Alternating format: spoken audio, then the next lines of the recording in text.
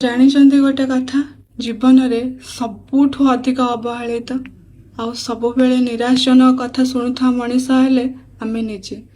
ସବୁବେଳେ ଅନ୍ୟକୁ ଭଲ ପାଇବାରେ ବ୍ୟସ୍ତ ରହୁ, ଅନ୍ୟକୁ ବୁଝିବାକୁ ଚେଷ୍ଟା କରୁ, କିନ୍ତୁ କଥା ଯେତେବେଳେ ଆମ ନିଜ ମନରେ ଆସେ, ନିଜର ଯତ୍ନ ନେବାର, ନିଜକୁ ସମୟ ଦେବାର ଆସେ, ଆମେ ଭୁଲି ଯାଆନ୍ତି। ଅନ୍ୟମାନଙ୍କ ପାଇଁ କାନ୍ଦୁ, ଅନ୍ୟମାନଙ୍କ ପାଇଁ ଲଢ଼ୁ, ଅନ୍ୟମାନଙ୍କୁ ଭଲ ପାଉ, ଅନ୍ୟମାନଙ୍କ କଥା ଭାବିବାରେ ଆମ ଅଧା ଜୀବନ ପଳାଏ। କିନ୍ତୁ କାହିଁକି?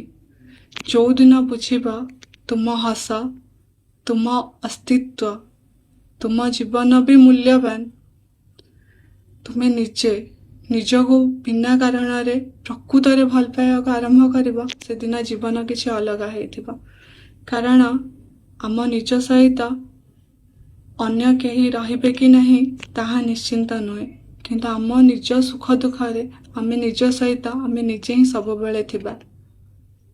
ସେଥିପାଇଁ ନିଜଠାରୁ ଅନ୍ୟମାନଙ୍କୁ ଉପରେ ରଖିବା, ଅନ୍ୟମାନଙ୍କ କଥା ନିଜଠୁ ଅଧିକ ଭାବିବା, ଅନ୍ୟମାନଙ୍କ ଜୀବନରେ କ'ଣ ହେଉଛି ନ ଭାବିକି ନିଜକୁ ସବୁବେଳେ ଉନ୍ନତ, ନିଜକୁ ସବୁବେଳେ ସଫଳ ବନେଇବାକୁ ଚେଷ୍ଟା କର। ଗୋଟେ ଭଲ ମଣିଷ ହେବାକୁ ଚେଷ୍ଟା କର।